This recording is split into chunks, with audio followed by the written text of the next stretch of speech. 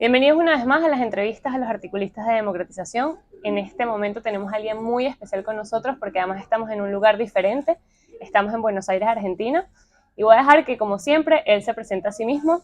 ¿Cuál es tu nombre y cómo se llama tu artículo? Mi nombre es Cristian Rojas y el artículo es El primer año de Gustavo Petro, los desafíos a la libertad en Colombia. Sí, es un artículo súper interesante si quieren empaparse mucho de lo que está pasando en la región y en el continente. La verdad es que me encantó el artículo. Y sí quisiera que nos dieras desde tu punto de vista de qué se trata, más o menos, un panorama general. Bueno, yo empiezo comentando que el año pasado Colombia entró a la lista de países libres según la medición de Freedom House, que es una organización de Estados Unidos que clasifica a los países en libres, parcialmente libres y no libres.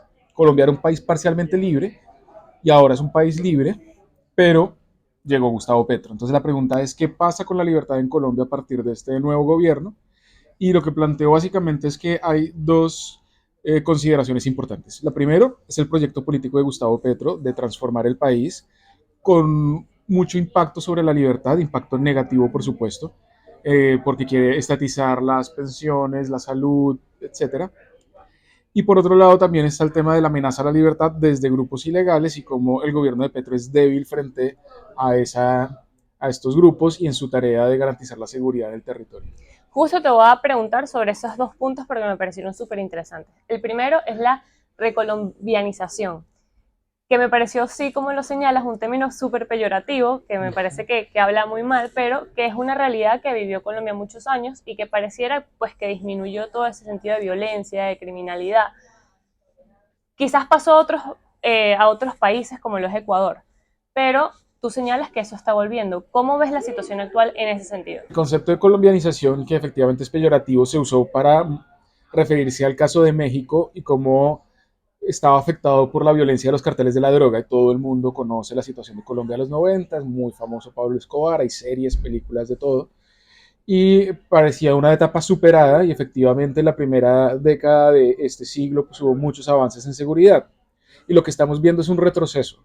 Y ese retroceso es muy importante y obviamente tiene pues unos efectos dramáticos en términos de muertos, de secuestros, de extorsiones, todo esto ha ido creciendo. De pronto la tasa de homicidios no tanto, pero lo demás sí, de hecho la extensión también de cultivos ilícitos, etcétera. Y eso tiene un impacto muy importante en la libertad, porque precisamente muchos de los países que son parcialmente libres no es porque el Estado sea el represor, sino que son los grupos ilegales que no permiten el ejercicio de libertades básicas en muchos lugares del territorio, como la libertad de prensa, por ejemplo. Y en ese sentido, creo que también va el segundo punto, que habla sobre que el gobierno de Petro representa una amenaza a las libertades en Colombia. Cuando esto pasa, cuando llega al poder una persona que tiene pues unas ideas un poco complejas en cuanto a la libertad, normalmente uno puede ver una respuesta institucional para mantener el equilibrio democrático. ¿Cómo ves las instituciones colombianas para enfrentar estos nuevos retos que se ponen en el panorama? Pues han resultado más sólidas de lo que pensábamos. En primer lugar, el Congreso de la República, que inicialmente varios de los partidos adhirieron al gobierno y crearon una coalición oficialista mayoritaria, pero en menos de un año varios se retiraron y ahora el gobierno no tiene mayorías, no tiene la presidencia del Congreso. Son varias situaciones que muestran que el Congreso puede ser independiente, que el gobierno no tiene tan fácil allí. Lo mismo con las cortes han mostrado también esa independencia. Y también muy importante, sectores de la sociedad civil. Se ha visto esa fortaleza y los medios de comunicación también han sido críticos, han mantenido su independencia. Entonces, esos frenos, contrapesos desde las instituciones han sido sólidos. ¿Cuál fue la inspiración que hay detrás de tu artículo? ¿Qué fuentes utilizaste? ¿Qué usaste como para inspirarte a escribirlo? Pues, como les decía, este informe de Freedom House fue como lo que me movió a pensar qué pasará con Colombia ahora que por fin aparecía como un país libre para mí.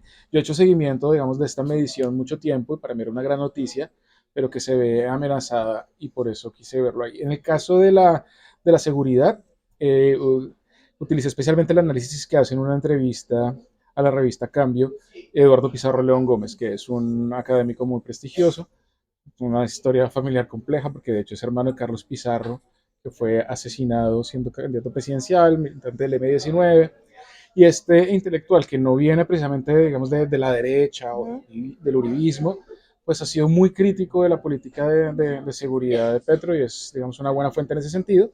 Y en cuanto al impacto de las reformas, pues utilicé fuentes de varios centros de pensamiento como Fedesarrollo, ANIF, etc.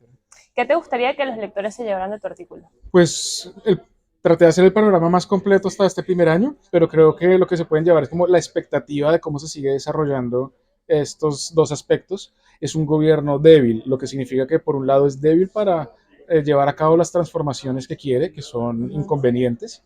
Eso es una buena noticia, pero por otro lado esa debilidad también implica que no garantiza la seguridad en el territorio. Entonces, que puedan estar atentos a esos dos aspectos, a ver qué pasa en los próximos años. Bueno, muchas gracias, Cristian, muchas gracias a ustedes por seguir leyendo la revista y lean este artículo porque de verdad está súper bueno. Hasta luego.